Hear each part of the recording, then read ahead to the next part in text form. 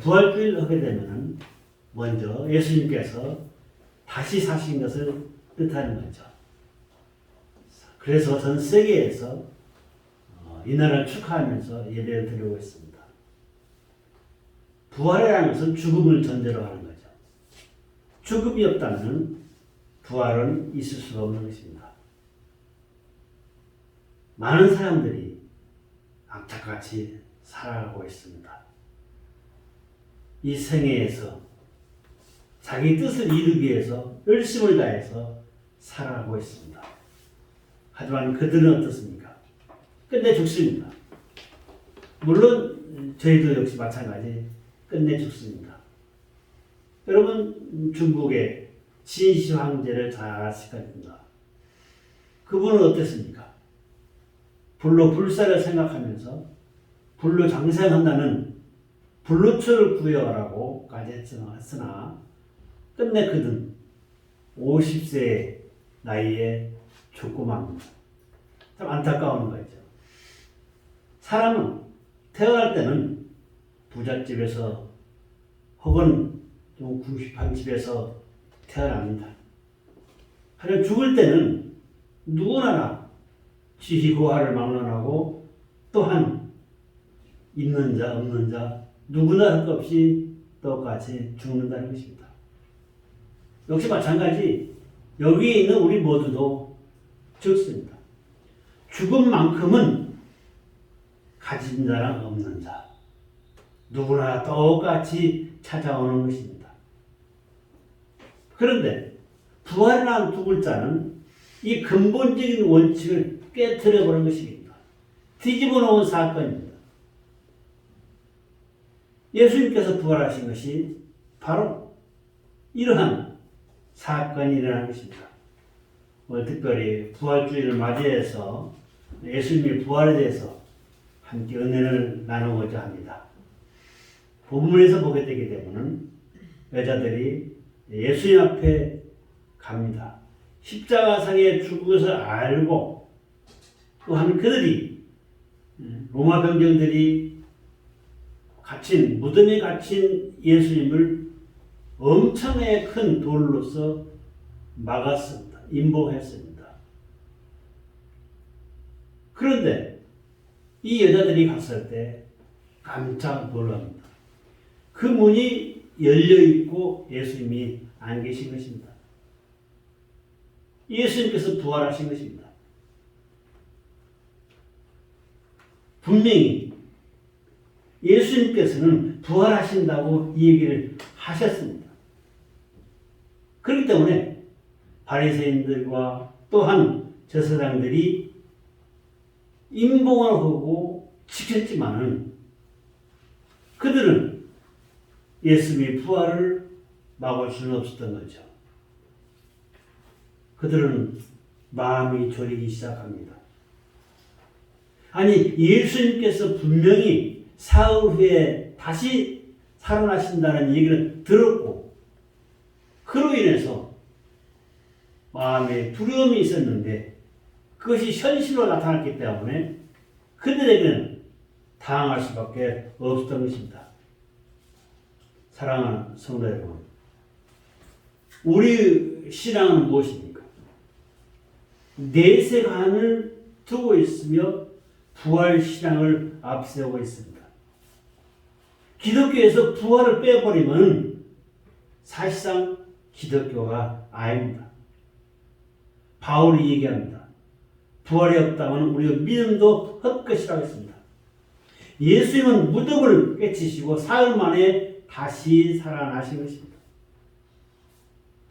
물론 예수님께서 사흘 만에 다시 살아나셨지만은 이것도 중요하지만은 또 중요한 것은 뭐냐? 예수님은 도대체 어떠한 분이시라는 것입니다. 우리가 믿고 섬기고 있는 그 예수님은 어떠한 분이시냐? 바로 창조주의 아들이 되신다는 것입니다. 하나님의 아들이시라는 거죠. 그리고 또한 수천 년 동안 전해 내려온 것이 있습니다. 아담과 하와가 에덴 동산에서 범죄하고 쫓겨난 이후로 어떤 얘기가 나오고 있느냐. 우리를 구원할 자 메시아가 분명히 태어날 것이라고 예언을 선지자들이 하였습니다. 수천 년 동안 하여왔던 것입니다. 또 성경에 보게 되면 분명히 하나님께서 예수님을 향해서 내 사랑하는 아들이라고 얘기를 해주고 있습니다. 바로 이 예수님이 누구를 위해서 오셨나? 우리를 위해서 오셨다는 것입니다. 우리를 구원시키기 위해서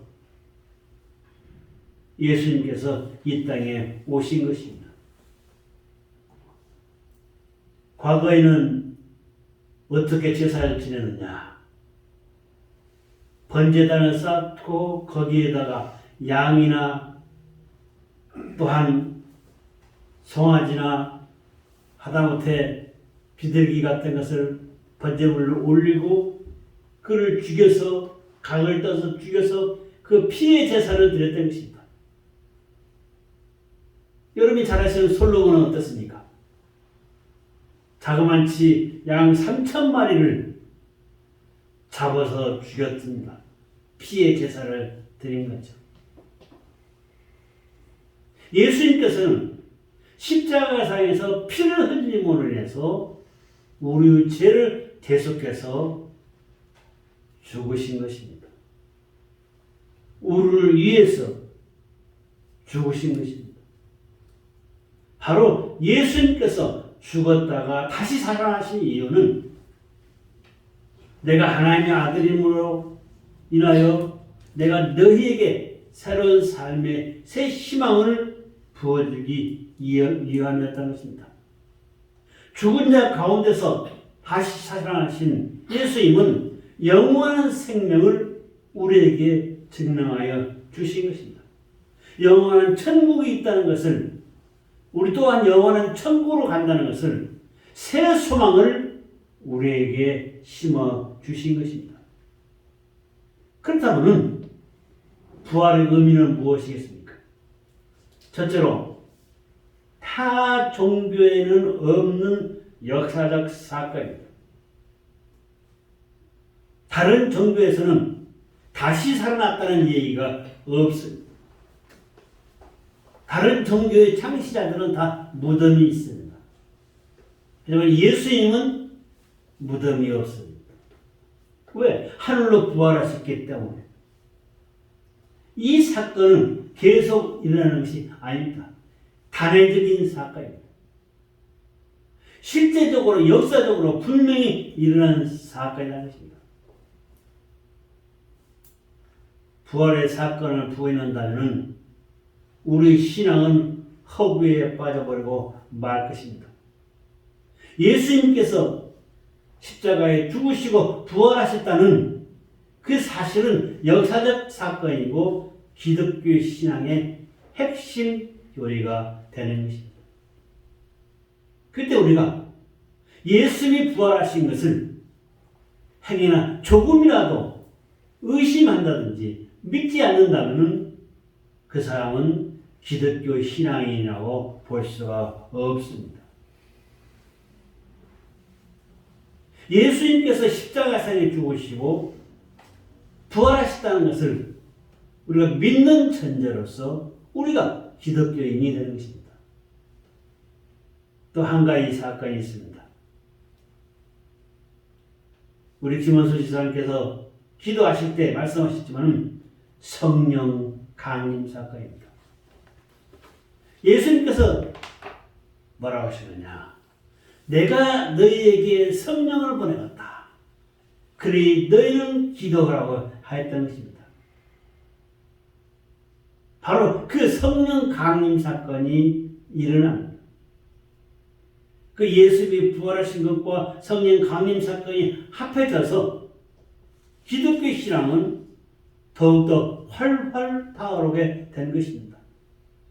오늘도 이 시간도 성령의 역사는 계속되고 있는 것입니다.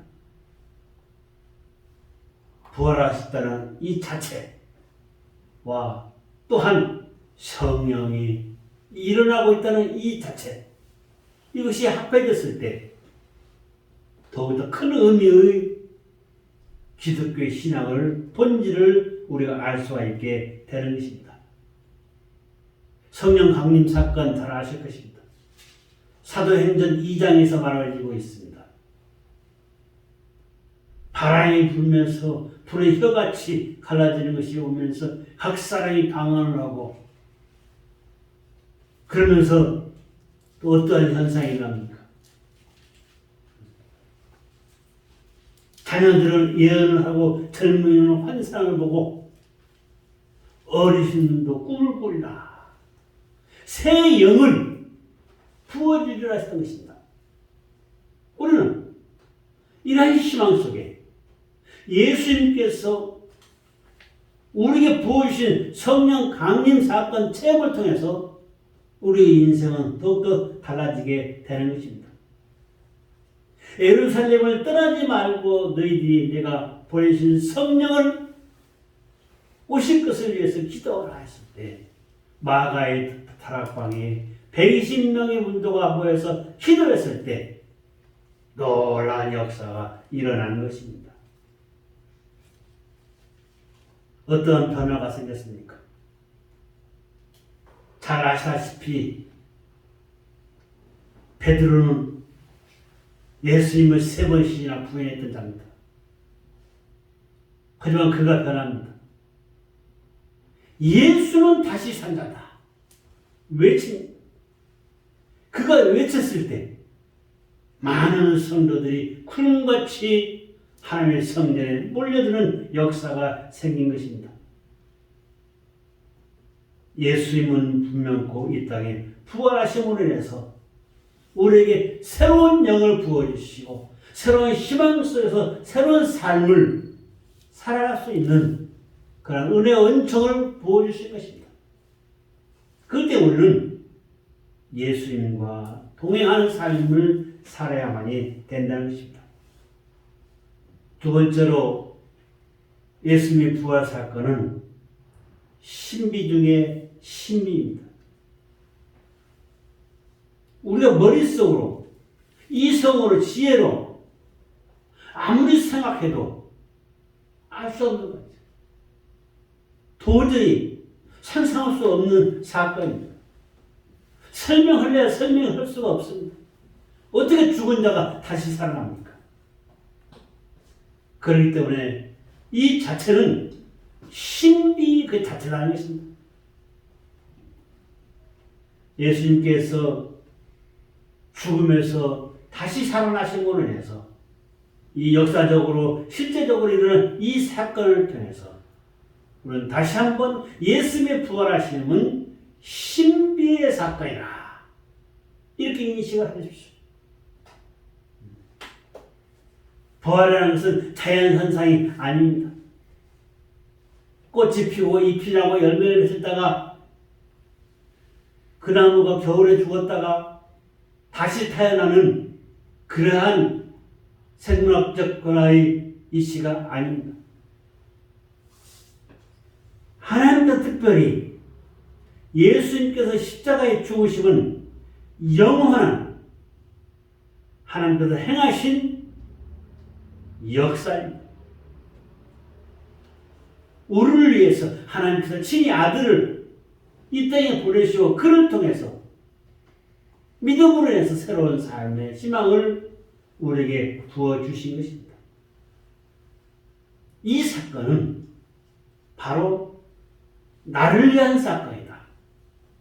나를 택하시고 나에게 은총 주시며 나에게 새로운 삶의 부활의 힘을 주신다. 그런 신비의 사건이라고 우리는 생각해야만이 됩니다. 세 번째로 부활은 생명의 역사입니다. 우리 육체는 이 땅의 죽음은 끝이라고 우리는 생각지는 않습니다. 만약에 끝이라고 생각하는 사람은 무책임한 말이고 예수 믿지 아니한 사람들의 이 얘기입니다. 말입니다. 하지만 우리는 영원한 내세의 관을 가지고 있기 때문에 그 내세 관은 부활을 전제로 하고 있다는 것입니다. 내세 관이 무엇입니까? 천국이라는 거죠. 우리는 그러기 때문에 항상 내일의 희망을 가지고 삽니다. 하지만 예수 믿지 아니한 사람들은 어떻습니까? 내일의 희망이 없습니다. 그저 하루 열심히 살아가고 있습니다. 오늘도 생활 전세 나가서 열심히, 내일도 생활 전세 나가서 열심히, 어느 것이 진정한 행복인지를 모르고 일평생 일만 하다가 죽는다는 것입니다. 안타까운 거죠. 인생의 참 기쁨을 모르는 것입니다. 하지만 우리는 어떻습니까? 비록 이 세상에서 내가 얻고 싶은 것을 더 얻지 못했을 망정 하나님 품 안에 갔을 때는 더 큰 소망 안에 더 큰 은혜의 축복이 우리한테 있다. 그것을 믿기 때문에 비록 힘들고 어려울지언정 기쁨이 충만한 삶을 살 수가 있다는 것입니다. 우리 인생의 끝은 없습니다. 영원한 생명, 영생의 삶이 우리에게 있다는 것입니다. 그렇기 때문에 부활은 믿어도 되고 안 믿어도 되는 그런 것이 아닙니다. 우리에게는 내세의 부활이 있기 때문에 영원한 생명이 있다는 것을 우리는 알기 때문에 우리는 이 땅에 살면서 두려울 것이 없다는 것입니다. 성경이 분명히 얘기해 주고 있습니다. 두려워 말라. 두려워 말라. 내가 너와 함께하리라. 두려울 것이 없는 것입니다. 초대교회 성도들이 그 핍박과 그 고난 속에서도 두려움이 없이 당당하게 이 세상에서 살다가 주님 품 안에 갔던 것입니다. 돌로 쳐서 죽이는 그 고통을 당하는 그 속에서도 웃으면서 죽어갔습니다. 사자의 밥이 되면서도 불에 태움을 당하면서도 웃으면서 찬양을 부르면서 주님 품에 갔습니다. 두려움이 없는 거죠. 우리 인생의 삶은 영원한 생명이기 때문에 저 천국의 삶이 우리에게 있기 때문에 우리는 더욱더 승리할 수가 있게 된다는 것입니다. 부활신앙이야말로 영원한 생명을 안겨준 내 삶에 새롭게 변화되는 새로운 소망을 안게 되는 그러한 신앙이라는 것입니다. 부활의 결과는 어떻습니까? 예수님께서 부활하심으로 예수님이 바로 하나님의 아들이라 하는 신성을 인정이 되었습니다.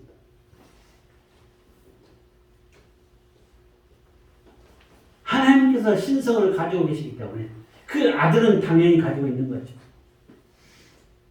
로마서 1장 4절 말씀에 이렇게 나옵니다. 죽은 자 가운데서 부활하여 하나님의 아들로 인정되었으니 곧 우리 주 예수 그리스도시나 했습니다. 하나님의 아들의 신성을 가지고 있다는 거죠. 예수님께서 33년간 이 땅에서 많은 병자들을 고칩니다. 하나님의 아들로서 행하신 이적과 기적을 행하십니다. 이것 또한 하나님의 아들로서 신성을 입증한 것입니다. 소경이 눈을 뜨고 벙어리가 입을 열고 절은 머리가 걷게 되고 죽었던 자가 살아나고 귀신 들린 자가 귀신이 물러가고 앉은 자가 일어나고 문둥병자가 나음을 받은 사건. 하나님만이 하실 수 있는 것.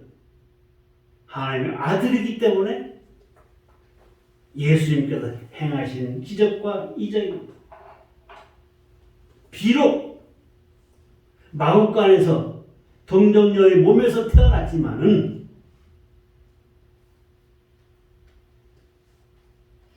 바로 하나님의 아들로서 신성을 가지고 있다는 것을 우리에게 다시 한번 강조해주고 있는 것입니다.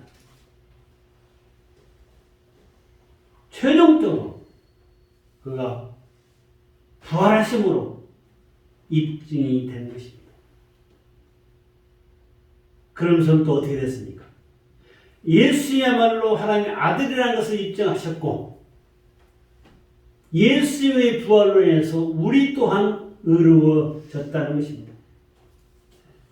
로마서 4장 25절 말씀에서 예수는 우리의 범죄함을 위하여 내어 줌이 되고 또한 우리를 의롭다 하심을 위하여 살아나시느니라 했습니다. 부활하심으로 신성만 입증된 것이 아니라 우리를 의롭게 하여 주셨다는 것입니다. 처음에 말씀드렸습니다. 피의 제사를 드렸던 것. 예수님께서 단번에 피 흘리시고 우리를 계속해서 죽으심으로 인해서 우리를 의롭게 하여 주신 것입니다. 부활로 인해서 우리가 사죄에 가능하게 되었다는 것입니다. 그렇기 때문에 우리가 예수를 믿고 신앙생활을 하면서 부활의 믿음 가운데 살아가고 있는 것입니다. 예수님께서 또한 십자가에 돌아가심으로 인해서 부활하심으로 인해서 우리에게 주신 것은 또 뭐가 있느냐? 절대적인 소망과 희망과 꿈을 줬다는 것입니다. 절대적인 소망과 희망과 꿈을 우리에게 주신 것입니다. 부활하지 않으셨다면 우리 예수를 믿을 필요도 없습니다. 하지만 그 믿음으로 인해서 부활하신 것을 믿음으로 인해서 우리는 새로운 삶의 희망을 갖게 된 거죠. 이 세상에 살면서 어려움이 닥칩니다. 괴로움이 닥칩니다. 어떻게 합니까? 부활의 주님을 믿기 때문에 주님께서 나에게 성령의 역사하심으로 새 힘을 주실 것이라는 것을 믿기 때문에 담대하게 살아갈 수가 있는 것입니다. 이 세상에 살면서 우리 닥치는 여러 가지 어려움들은 우리 스스로가 감내할 수가 있는 것입니다. 우리는 이러한 예수님과 함께하고 있으니 부활의 신앙 위에 우리의 신앙을, 우리의 믿음을 더욱더 돈독히 쌓읍시다. 그저 나는 예수를 믿는다. 이걸로 끝인 것이 아니라 예수 믿는 사람으로서의 본을 많은 사람들에게 보여주자는 것입니다. 우리 교회도 마찬가지입니다. 교회 인원수가 많고 적고가 문제가 아닙니다. 거기 속해 있는 모든 성도들 한 사람 한 사람의 마음의 가짐이 문제입니다. 그 중심에 어떠한 믿음 가운데 살아가고 있느냐. 우리 교회의 우리 교회의 표어가 뭡니까? 빛과 소금이라고 했습니다. 빛은 밝혀주는 것이고 소금은 맛을 내는 것입니다. 방부제 역할을 감당하는 것입니다. 그렇다면 이 표에 걸맞은 그런 교회가 되어야만 됩니다. 그저 이름만 번드르르게 적어놓고 있는 그런 표는 소용이 없습니다. 주님, 우리 승리교회가 죽어져 가는 영혼들을 위해서 무엇을 감당하고 있는가? 부활주를 맞이해서 다시 한번 생각해 보자는 것입니다. 결론으로 말씀을 드리겠습니다. 예수님의 부활의 사건은 2000년 전에 있었던 한 페이지로서 끝나는 것이 아닙니다. 부활은 새로운 삶의 희망과 용기와 의욕을, 소망을 우리에게 부어준 사건입니다. 중3 때 시력을 잃고서 절망한 나머지 자살하려고 했던 한 사람이 있었습니다. 그는 처음에 교회 다니면서 그저 보이지 않는 눈을 가지고 한숨 치면서 그저 넉나간 사람처럼 우두커니 앉아 있습니다. 또 우연히 오다가 보니까 어느 시각장애인이 한 분 계시더라고요. 그런데 겉으로 봤을 때는 멀쩡해요. 지팡이 하나 들었는데 그냥 일반 지팡이인 줄 알았어요. 근데 빈자리가 있는데도 빈자리를 못 찾더라고요. 그런 혼소리가 나는 눈이 안 좋아서 앞이 안 보여요. 이 중3학년 때 시력을 잃은 이 사람은 그저 자기 신세만 한탄하고 살았다는 것입니다. 그러다가 교회에 나가게 됐고, 교회에 나가서 하나님을 알게 됐고, 예수님을 알게 됐고, 그의 삶이 변화가 됐습니다. 어떻게 변화됐느냐? 눈으로 보이지 않는 하나님의 세계가 눈으로 보이게 됐다는 것입니다. 그러면서 그는 자기가 비록 시력은 잃었지만은 잘못된 신앙이었다. 후회하면서 왜 진작 하나님과 통화하지 못했는가? 예수님과 통화하지 못했는가? 후회를 했다고 간정을 합니다.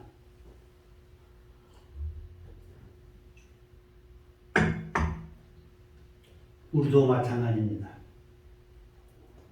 우리는 두 눈이 멀쩡합니다. 예수님께서 부활하시고 우리에게 소망을 주시면서 천국의 삶을 허락하였습니다. 이 세상에 살면서도 마음의 천국을 이루어라. 가정의 천국을 이루어라. 삶의 천국을 이루고 내세에 와서 나랑같이 진주문이 있고 12나무 가에서 다달이 과일 열매가 맺히는 그곳에서 함께 살자고 했던 것입니다. 우리에게는 현세의 천국도 있지만 내세의 천국도 있다는 사실을 우리가 알고 믿음 가운데 어려움과 고통 속에 살아가는 것이 아니라 진정한 예수를 알고 나만이 이 예수를 아는 것이 아니라 이 예수를 나의 이웃에게도 전하자는 것입니다. 지금 당장 하나님께서 이제 우리를 부르신다면 여러분 하나님 편에 가서 뭐라고 얘기하겠습니까? 그저 세상에 살기 급급해서 일만 하다가 왔습니다. 이렇게 얘기하시겠습니까? 아닙니다. 우리는 당당하게 내 비록 육신은 연약하지만 하나님의 힘을 얻어서 하나님의 사역을 널리 펼치며 하나님께 영광을 돌리다가 하나님 품 안에 완노라고 당당히 얘기할 수 있는 우리 모두가 되다는 것입니다. 우리 주변에 예수 믿지 아니하는 사람들 많이 있습니다. 그들을 우리 몸된 성전에 부르시다. 그래서 이 성전에서 함께 기뻐 뛰며 천국의 삶을 누리십시다. 하나님은 우리에게 큰 은혜의 은총을 부어주십니다. 부활의 은총을, 부활의 은혜를 우리에게 부어주신 것입니다. 부활주의를 맞이해서 우리 모두 기쁨과 감사함으로 거듭난다가 되어서 생명의 복음을 전하고 또 믿음의 성도들로서 여러분이 원하신 모든 것들을 다 충만하게 얻어서 승리하시는 우리 승리의 성도들 되시기를 주님의 이름으로 축원하여 드립니다. 고맙고 감사하신 아버지 하나님,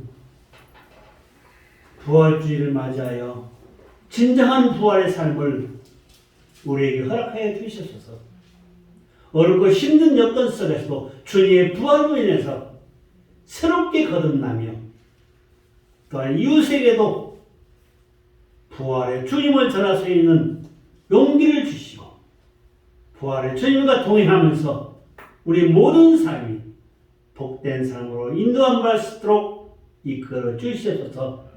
감사하고 예수님의 이름으로 기도드리옵나이다. 아멘.